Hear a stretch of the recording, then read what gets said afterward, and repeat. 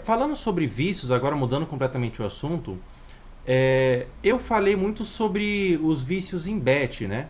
Um tempo atrás eu falei bastante porque muita gente mandava mensagem falando, cara, tô viciado. E aqui na live mesmo eu vi um comentário de um rapaz falando assim, pô, tô viciado em aposta, como que faz? O que você diria para alguém que tá viciado em aposta? Porque é muito viciante, né? É muito viciante. Às vezes você vai brincar um pouquinho, você é fisgado e fica viciado. O que você diria para alguém que tem esse vício? Assim, cara, por um lado, infelizmente, é o pior vício que tem. A da Fora aposta. o álcool. O Não, álcool é o pior vício e a não. aposta é o segundo pior vício. O álcool é a pior substância que tem, Mais do que o cigarro. mais do que o cigarro. Mais do que o crack. Cara, A coca. a mistura com coca e álcool, aí é o ápice do pior de todos. E é muito comum. E é muito comum. Muito comum. Muito, muito comum. E por que eu digo que apostas é o pior vício, a pior compulsão que tem? Tem a mais alta taxa de suicídio de todos os vícios. É mesmo. Você não está entendendo a devastação que é. Tem pesquisa que mostra que até 15 vezes mais a pessoa que tem esse vício tem chances de se auto-aniquilar do que a população em geral. Caramba. É Mas muito devastador. Por isso que o seu posicionamento teve uma importância que de repente até você não soubesse do quanto é importante. É o pior vício que tem. Então, puxa vida. existe muita culpa, muita vergonha. A pessoa se vê mentindo para os familiares, ela se vê roubando. Às vezes é uma mentalidade de não, não, no próximo jogo eu vou conseguir reaver. Mas às vezes é uma mentalidade de grandiosidade eufórica. Tipo, a pessoa tem certeza que ela vai ganhar. E a realidade é que a maioria das pessoas que tem vício em aposta vai ter que ser abandonado por tudo e todos. Vai ter que chegar no fundo de poço. É aí que elas buscam terapia. A maioria delas, delas não, mas uma grande quantidade tem ideação. Tem pesquisas que mostram de 80%. É um bagulho assim. É muito. Uns 30% consegue. Ideação suicida, 80% das pessoas têm Depende da pesquisa. pensamentos. Depende da pesquisa, tá? Dependendo da pesquisa, uns 30% consegue dos que tentam. Então é muita coisa. É uma taxa maior que o transtorno de personalidade borderline. Caramba! Mais pessoas viciadas em aposta Sim, se conseguem. suicidam do que pessoas com Exatamente, borderline. exatamente. Você entender o nível do negócio, tá? E aí aonde que eu vou puxar? Para onde que eu vou puxar essa conversa? 90% dessas pessoas têm pelo menos um diagnóstico de transtorno mental que precede a aposta. 60% tem pelo menos 3 diagnósticos de transtornos mentais. O que eu estou falando para você, se fulano faz aposta, Beltrano faz aposta, por que Beltrano se vicia e fulano não? Lembra que eu te falei que a gente tem experiências que modulam o nosso sistema neurológico de forma que os neurotransmissores que nos ajudariam a, por exemplo, sentir regulação no vínculo, que é algo que diminui minha ansiedade, diminui minha solidão. Aí eu não tenho tanta razão para buscar euforia fora de mim. Né? Se eu estou num ambiente tranquilo, então a minha endorfina funciona para diminuir minha dor. Aí eu não tenho tanta razão para buscar algo fora de mim. Então, o que eu estou querendo falar é que é muito bem documentado na literatura científica a ligação entre uma infância e adolescência difícil e predisposição para todos os transtornos mentais, inclusive a aposta. Então, uma das coisas que essa pessoa pode fazer é entender que em quase todos os casos ela tem condições anteriores à aposta. Ela está usando a aposta para regular coisas tortas do sistema neurológico dela que foram criadas em momentos de muita dor, muito caos, que às vezes ela nem tem noção que aquilo não é normal. Então, tem condições mentais que vêm antes da aposta, antes do vício em aposta, em 9 de 10 casos. 9 de 10 casos. Mas quando o influencer ele coloca lá, divulga o tigrinho, divulga a aposta, ele não seleta o público que vai ter acesso. Então ali, quem vai ter acesso vai ter muito adolescente, vai ter muita pessoa com transtorno que vai ter acesso àquele vício. Exatamente. Puxa, muito perigoso. Por isso que é perigoso pra caramba. O que você acha desses influencers que divulgam o tigrinho? Porque, pra mim, eu sempre tive entendimento quando eu vi que você tá colaborando pro vício das pessoas, né? Eu acho que qualquer pessoa que tem uma plataforma, num mundo ideal, teria uma responsabilidade de refletir a respeito de como que a pessoa vai usar a plataforma dela, né, meu?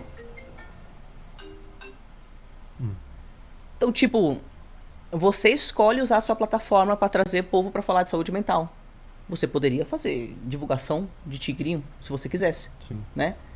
Mas nem todo mundo tem os mesmos valores, né? Então, tipo assim, eu vi um vídeo seu que você falou um negócio que eu falei, que bom que ele falou isso. Porque, sim, o influencer tem a responsabilidade sobre a forma que ele usa a plataforma dele. Mas eu convido as pessoas a refletirem a respeito de quem que elas colocam em evidência. Você falou algo assim em algum vídeo seu sobre esse assunto. Tipo, gente, reflita sobre para quem que você dá ibope, né? Uhum. Porque claro que o influencer tem a responsabilidade dele.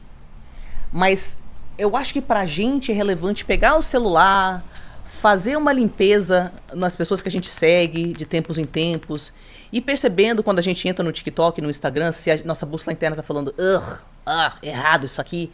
E quando ela fala isso, vai falando, não tem interesse, não tem interesse, não tem interesse. Vamos assumir a nossa parcela de responsabilidade. Claro, eu não pedi para ter transtornos, eu não pedi para ser jovem e ver alguém fazendo esse negócio do tigrinho, eu não pedi para eu, né, espontaneamente começar a fazer isso e acabar ficando viciado. Mas vamos ter maior consciência de que aquilo ao qual a gente se expõe coloca certas pessoas em evidência e também nos predispõe a ficar normalizando certas coisas. Eu não tô falando isso para culpar as pessoas. Eu acabei de falar que é uma situação devastadora e tem transtornos mentais que precedem. Eu digo como povo, como pessoas que estão assistindo isso. Vamos refletir a respeito das pessoas para as quais a gente dá ibope. Vamos fazer essa limpeza de tempos em tempos no nosso Instagram, no nosso YouTube. YouTube talvez não seja tão problemático, não sei. No nosso TikTok. Pra gente proteger nosso cérebro, pra gente proteger nosso bem-estar. O indivíduo mesmo filtrar o que ele segue, o que ele consome, né? Nos meus estudos sobre vício em aposta, eu vi inclusive que os adolescentes são os mais afetados. Até porque os adolescentes são a maioria que estão consumindo rede social e a divulgação de casa de aposta tem em todo lugar, tem no futebol, mas acho que o lugar que mais tem é nas redes sociais. Então acaba que o adolescente que já não tem o cérebro formado, ele vai entrar num vício devastador. Ele não tem forma de controlar impulso. Ele literalmente não tem. Porque ele não tem o córtex pré-frontal formado ainda. Isso é formado lá para os 25 anos de idade. E outros grupos que também têm questões com impulsividade, como bipolares, borderlines, TDAHs, também vão ter maior predisposição para ter essas dificuldades. O que você diria para alguém que está viciado em aposta ou em outro vício? Que está com vício e não consegue sair, que tem aquela vontade aqui. Não, só mais um pouco. O vício tem muito esse ciclo, né? Só uma vez. Só mais um pouco. Na aposta mesmo. Ganhei um pouquinho, pô, dá para ganhar. Então vou tentar um pouco para ganhar um pouco mais. Eu perdi, não, agora eu vou recuperar. E daí tá dormindo ali, começa a se coçar. Cara, são 3 da manhã, eu sei, eu tenho que dormir, eu tenho que trabalhar amanhã. Mas só mais um pouquinho aqui, porque às vezes eu consigo recuperar aquele valor que eu perdi. Quem tá nesse ciclo do vício? O que você diria para uma pessoa assim? Assim, duas coisas. Primeiro que a realidade é que às vezes não interessa o que a gente fala, até a pessoa chegar no fundo de poço dela. Porque a dor de permanecer naquele lugar tem que ser maior do que a dor de passar pelo processo de transformação. E às vezes a pessoa só chega nisso quando ela tá lá no fundo do poço mesmo, tá? Perdeu tudo, perdeu família. Inclusive para narcisistas, geralmente é aí que eles buscam terapia de fato, né? É quando eles perderam todo mundo. Porque podem ter tentado terapia 10 milhões de anos, mas quando eles perderam todo mundo, aí a dor de não se transformar é maior do que a dor de se transformar, né? Mas o que eu convido as pessoas a refletirem é o seguinte, lembra aquilo que a gente estava falando sobre, você tem os flashbacks. Esses flashbacks são as dores que reativam o trauma anterior. Você volta para aquele lugar. Você desenvolveu comportamentos para lidar com essa dor. Um desses comportamentos pode ser um vício. Ou não falar não para as pessoas. Eu convido as pessoas a refletirem a respeito de qual é o gatilho logo antes. Porque tem alguma coisa emocional que é tão devastadora para você. Pode ser solidão. Pode ser vazio. Pode ser pânico. Tá? Pode ser sensação de abandono. Pode ser sensação de ser inadequado, de ser uma aberração. Tem alguma emoção que com a qual você não sabe lidar. E é por isso que teu cérebro está falando, perigo, perigo, ativa aí o negócio que libera dopamina, que libera, você entendeu? Porque teu cérebro está tentando colocar alguma coisa que vai te dar aquele alívio naquele momento, mas que a longo prazo só vai te ferrar, né? Então, quanto mais a pessoa faz esse trabalho de pausar, E eu sei que, tipo, eu tô falando isso pro vento às vezes, sabe? Dependendo de onde a pessoa estiver. Por isso que eu falo, às vezes ela vai ter que chegar no fundo de poço. Mas ela vai perceber, em algum momento, quando ela começar a se tratar, que tem um gatilho anterior. E pode chegar no momento que é qualquer coisa. Tédio. Opa. Tesão. Vou pra lá. Mas tem alguma emoção que provavelmente foi o início de alguma coisa, um pânico. Eu fumava muita maconha, antigamente. Maconha. É. Hoje eu tô sóbria, mas quando eu percebi qual que era o gatilho anterior, sempre tinha um gatilho anterior. E o gatilho é quando eu sentia pânico.